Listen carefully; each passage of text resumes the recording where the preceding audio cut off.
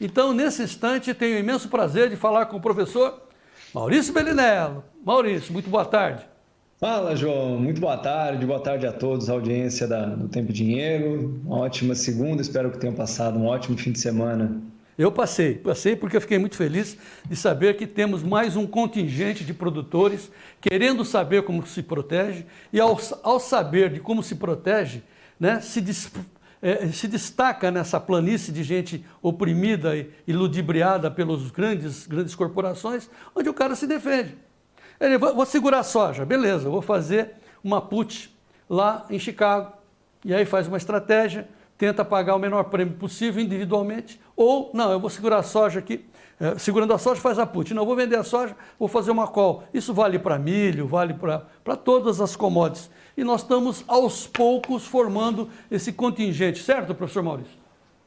Certíssimo, João. Um passo por vez, um contingente por vez, e a gente vai chegar lá. Não tenho pressa. Eu, graças a Deus, descobri que exatamente porque todos que vieram antes de nós tiveram muita pressa, a gente não chegou em lugar nenhum.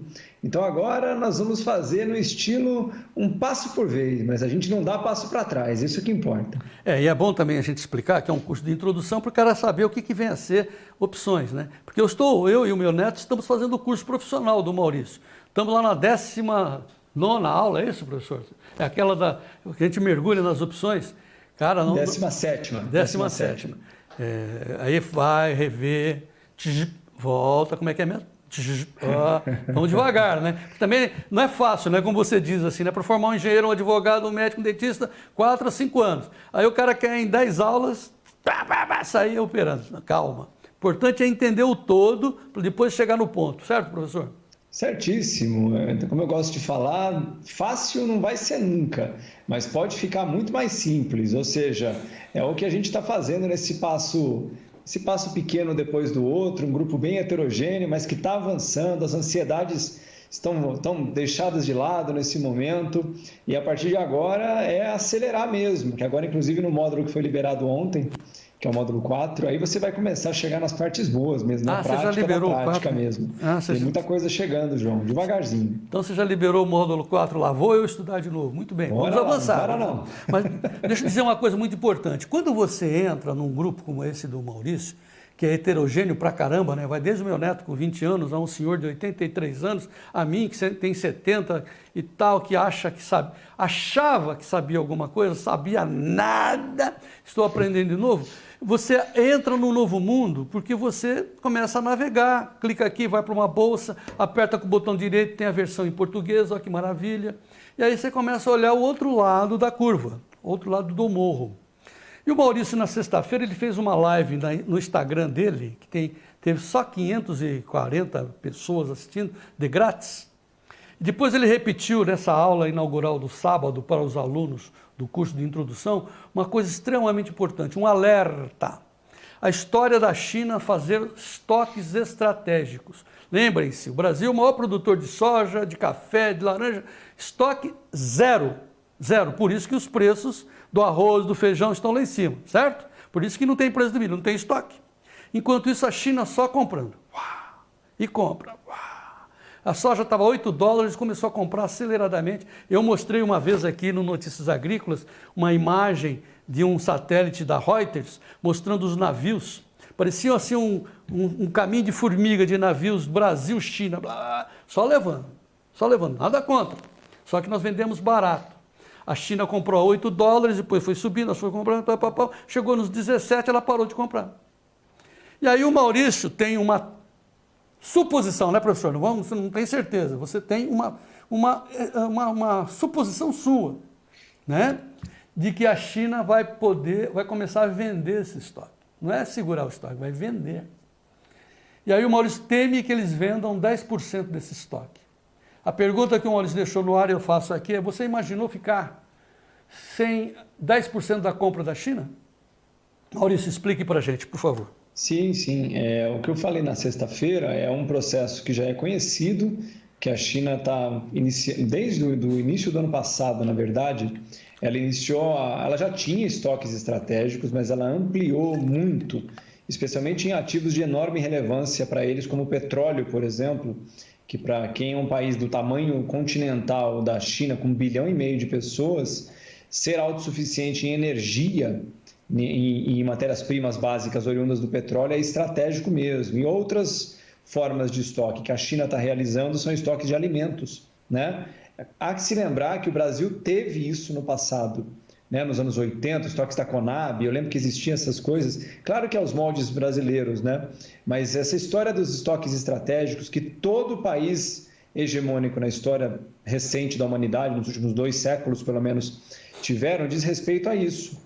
Quando você consegue estabelecer regimes estratégicos de disponibilidade de alimentos e de energia, o seu país internamente fica muito menos suscetível a variações bruscas ou até mesmo a falta de disponibilidade de um certo ativo, né? Como no caso da soja, do petróleo, do milho. E a China está fazendo isso desde o ano passado. Claro, teve a questão dos preços das mínimas desde 2015, 2016, quebra de safra, tudo aquilo que a gente sempre ouve falar. Mas para além de qualquer discussão desse tipo, a China inicia um processo importante já de estoques regionais e estratégicos para isso. Afinal de contas, eles são 1,5 bilhão de pessoas, eles têm um rebanho muito grande de suínos, que vai depender também de grãos básicos, soja e milho, principalmente, trigo um pouco, e agora estão literalmente avançando para isso. Ou seja, a China, enquanto todo mundo estava parado, ela teve questões internas também, né, na produtividade dela, mas ela aproveitou, enquanto todo mundo estava vendendo a $8 o bushel, 9, a soja, ela comprou até 2022. Quantos dos nossos colegas que aqui estão, que venderam, já estão vendidos com a safra de 22 desde 2020, né? É isso, ela se aproveitou nesse momento de paradeira global e montou uma posição que agora, ao meu ver, deixando claro que tudo isso aqui diz respeito ao meu ponto de vista, ao meu ver, coloca ela numa posição de muita vantagem mesmo, porque quando você pode não mais necessitar ou ser obrigado a sempre contar com o estoque do dia que está chegando no porto para alimentar e para acender as lâmpadas das suas casas, tudo fica mais simples. Tá.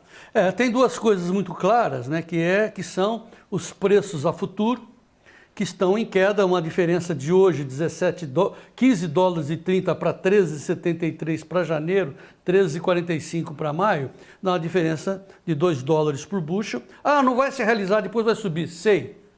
Ou não pode também não subir, né? Tudo pode, né, Maurício? Tudo pode, absolutamente tudo pode. Mas o que mais me chamou a atenção foi um gráfico que o Maurício mostrou para a gente da Bolsa de Dalian. A Bolsa de Dalian, lá no norte da China, é uma bolsa, são enormes, são várias bolsas na cidade de Dalian, onde ela concentra, negocia petróleo, minério de ferro e soja. Aí, você tem esse gráfico para mostrar para a gente? Tenho, João. Espera um pouquinho só, deixa eu colocar ele aqui na tela. Presta atenção nesse gráfico que mostra 2 curvas, a curva de grana e a curva de soja. É isso? Isso, João. Essa aqui são os preços da soja, né, dos 2 contratos. O contrato atual e o contrato à frente, ou seja, é sempre um e o outro. O amarelo é à frente, o escuro aqui, o marrom, é o contrato mais próximo, tá? Isso desde novembro do ano passado. Vocês vejam que o mercado deu uma descolada e agora voltou a colar de novo. O que isso significa? Que o mercado tinha uma grande demanda por soja presente, por isso que o contrato atual, sempre muito à frente, estava 5.700 yuan, 5.800, sempre coisa de 400 yuans de diferença, dá perto de 8% a 10%, a depender do ponto. E veja que agora os contratos colaram.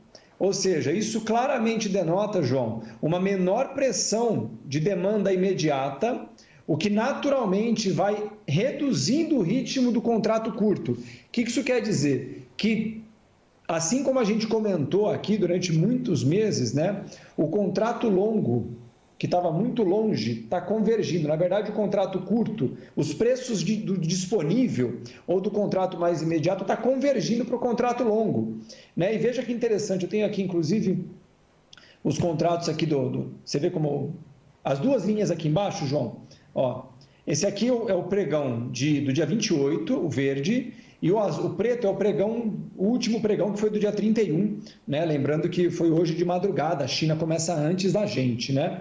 Veja que interessante que as cotações estão caindo. né? De sexta-feira para cá pode parecer pouca coisa, mas já caiu mais um pouco. Então, o que se espera, pelo menos por enquanto... Maurício, isso quer dizer que a cotação em Dalian vão parar de comer soja? Aqui, por exemplo, é o preço do contrato mesmo, tá? Desde 2016. Nós estamos agora, tá vendo esses 2 pontos no alto aqui, João? Essas 2 máximas? Sim. A última é de fevereiro desse ano. Então, veja que em Dalian, a segunda maior bolsa de commodities do mundo, que deverá se tornar a primeira nos próximos 5 anos, a soja já se encontra no que a gente chama de uma fase de estagnação. Ou seja, não existe mais uma pressão de alta, pelo menos por enquanto, para novas altas do preço da soja lá na China. Ou seja, é bom lembrar que já existem alguns agricultores e algumas entidades no Brasil já firmando contratos em yuan, não mais em dólar, viu? Isso inclusive é outra realidade que irá se impor no Brasil muito em breve, que a gente vai começar a ter contratos sendo realizados em yuan e não em dólar. Sim, e aí a gente pode concluir, eu já falei isso da outra vez que você mostrou esse gráfico, que se o estoque está lá em cima, eles não vão perder a avidez de compras, é isso, professor? É isso, os estoques estão altos, não é que os estoques estão altos, às vezes, o que acontece também no período que aconteceu até agora, até maio, abril, na verdade, foi uma grande distorção entre a capacidade da China de consumir, estando alta, e a capacidade do mundo de produzir, de entregar. Né? Por mais que as safras tenham sido grandes, ainda somou-se a isso um problema de safra lá na China, isso no ano passado. Ou seja, a gente agora ainda vem numa boleira que a gente costuma brincar, de um grande descompasso entre oferta e demanda, por causa do lockdown. Há que se lembrar que a China é a primeira a sair do lockdown, isso em março, abril, maio do ano passado, ela já estava saindo e o mundo estava mergulhando no lockdown, né, João? Então, nesse exato instante, nessa fase, acontece uma desconexão entre demanda e oferta. E agora, literalmente, o que se espera é que esse descompasso esteja se alinhando de novo. E se isso acontecer, existe uma queda na pressão de alta de preços. Se você quiser que eu possa mostrar, eu vou mostrar o minério de ferro agora aqui, só para o pessoal poder ver. Minério de ferro, para quem não sabe, João, é o elemento básico da construção de aço, da fabricação de aço, produzido pela Vale, tá? Para quem não sabe. Mesma história, tá vendo aqui, ó? O marronzinho é o contrato imediato e o preto é o contrato à frente. Veja que até abril desse ano os contratos estavam abertos, ou seja, a demanda imediata de minério de ferro estava muito mais alta do que a futura. E elas convergiram, as curvas se juntaram, né? E se você olhar agora aqui, ó, olha que coisa interessante. Isso aqui são os contratos, ó, setembro, 21, outubro, novembro, dezembro, janeiro e fevereiro. Veja que do dia agora, contrato de setembro, que é o contrato mais negociado nesse momento, até o contrato de fevereiro, o contrato vai de 1.090 para 9,66. O que isso significa? Uma queda de 10% no preço do contrato de minério de ferro negociado na Bolsa de Dalian. Leia-se demanda da Vale. Ou seja, mesmo o minério de ferro, que estava numa alta infinita, como a gente gosta de brincar, porque não parava de subir, que é esse gráfico aqui, ó. Veja que ele vai de $65 para $200 em pouco mais de 2 anos, de 1 ano e meio, na verdade. Então, o que agora se espera, minério de ferro e soja, que são 2 indicativos muito importantes, um de atividade industrial e outro de fabricação de alimentos, produção de alimentos, seja para rebanho animal, seja para alimentação humana, há uma clara desaceleração na pressão de preços na China, maior consumidor disparado desses 2 produtos. A gente aprendeu que isso significa em inglês a palavra backwardation. Oh! Isso, backwardation. Garoto! Mas olha aqui essa notícia, é séria, hein? A Bloomberg acaba de divulgar agora que os fundos recuam em meio a dúvidas sobre o superciclo das commodities. Deixa eu ler aqui, professor. O debate nos mercados de commodities sobre se o forte rally deste ano acabou ou se os preços vão subir após uma pausa está continuando. Por enquanto, os fundos de hedge começaram a recuar, você está mostrando isso. Investidores de commodities estão reduzindo apostas em mais aumentos de preços para diversas matérias-primas, como grãos, soja, por exemplo, cobre, gás natural.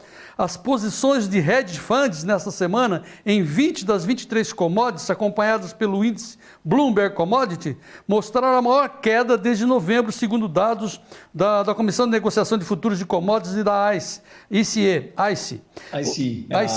a Bolsa de Nova York. Sim. O clima ajuda as lavouras dos Estados Unidos e indica safras maiores, ao mesmo tempo que reduz a demanda por gás natural e assim vai, professor. João, tudo que eu posso dizer é que eu avisei. Porque eu falei isso há 1 mês e meio atrás. Não adianta muito. Eu falei, olha, eu quero deixar claro que eu vou em linha com o que a Bloomberg falou hoje, porque o que ela está dizendo não é que as commodities vão cair para os preços anteriores, não é isso. Ela está dizendo claramente que a pressão de alta acabou. Pelo menos por hora, a pressão acabou. Não temos mais o que tivemos em março, em fevereiro desse ano. Então, o mal avisou, é tudo que eu posso dizer, porque eu falei que isso estava chegando ao fim. Pode ser, João, que daqui para frente apareça um novo player, alguma coisa que altere de novo a dinâmica para alta? Pode. Safras aumentando nos Estados Unidos, área plantada subindo, demanda global caindo, a economia global está desaquecendo nesse momento, né? Ou seja, por hora, só posso dizer, João, que quem assistiu Tempo e Dinheiro nos últimos 2 meses já sabia disso. Já sabia disso. Esse protegeu. E quem sabe, principalmente, trabalhar com opções. Então, assim, não estamos dizendo nada, nós estamos só inferindo. Eu e o Maurício estamos aqui trocando ideias, aqui na frente das câmeras. Mas, assim, não estamos dizendo para o senhor vender ou deixar de comprar, não é nada disso. Assim, se vai vender, trava. Se vai comprar, trava. Trabalho travado, né, Maurício? É tão simples, né, João? Eu falei, fácil não é, mas simples pode ser, né? É aquela história, quem ficou apostando, e teve gente que falou pra gente, não, que vai continuar subindo, e agora? Não, se até a Bloomberg, que os fundos sempre chegam atrasados, pelo menos a notícia chega, os fundos não chegam atrasados, quem chega atrasado são as notícias, né? E agora, quem falou? Se não fez nada? Eu mostrei aqui para vocês, a gente está falando todo dia, há muito tempo, que a pressão de alta está acabando. Você agora vai depender da sorte de aparecer um novo player, alguma outra coisa, um fato novo que volte a elevar a demanda de uma forma muito desproporcional. Se não, a chance da gente ficar estagnado nesse preço que nós estamos agora ou abaixo de onde estamos agora, pelo menos por hora, é inclusive a tendência que eu acredito será mais plausível nesse momento, né, João? Mas assim, a lógica, vamos trabalhar com a lógica. Aqui, eu vou segurar, não vou vender agora a minha safra nova, vou esperar, porque vai subir. Beleza, cara, beleza, muito bem. Vá aqui e trave a outra ponta, porque vai que não seja assim. Quando você sai com o seu carro da loja, o cara não te cobra 10% de seguro para você não bater o carro e não ser roubado, e você paga, faça a mesma coisa, só que tente pagar 1% e não 12%, como tem aí os espertos cobrando de você. Trabalhe individualmente, né, Maurício? Aprenda, estude, faça como eu. De madrugadão estou lá ouvindo, mas o que o Maurício está falando? Eu não entendi. Opa! Né? Seguro morreu de velho, meu. Tá, estamos avisados, estamos falados. Maurício Bellinello, mais uma vez, muito obrigado. Eu que agradeço, João, e lembrando, você que eventualmente quer assistir essa conversa da sexta-feira, só ir lá no meu Instagram, @Maurício Bellinello, tá salva aquela conversa que eu fiz sobre a China. E, como sempre, João, muito obrigado pela gentileza de sempre, viu? Escuta, e a aula inaugural de sábado já está também salva? Está disponível desde o sábado mesmo, já no final da tarde eu já disponibilizei para vocês que são alunos do curso de introdução, só ir lá na parte de boas-vindas lá, tá salva a aula inaugural da turma 2 lá, João, disponível para assistir. Vou dar uns tapas na orelha de alguns aí, viu? Oh, presta atenção! Ok, Maurício, obrigado, vamos em frente. Falou, João. Até amanhã. Vamos continuar comentando o mercado até amanhã, vamos em frente.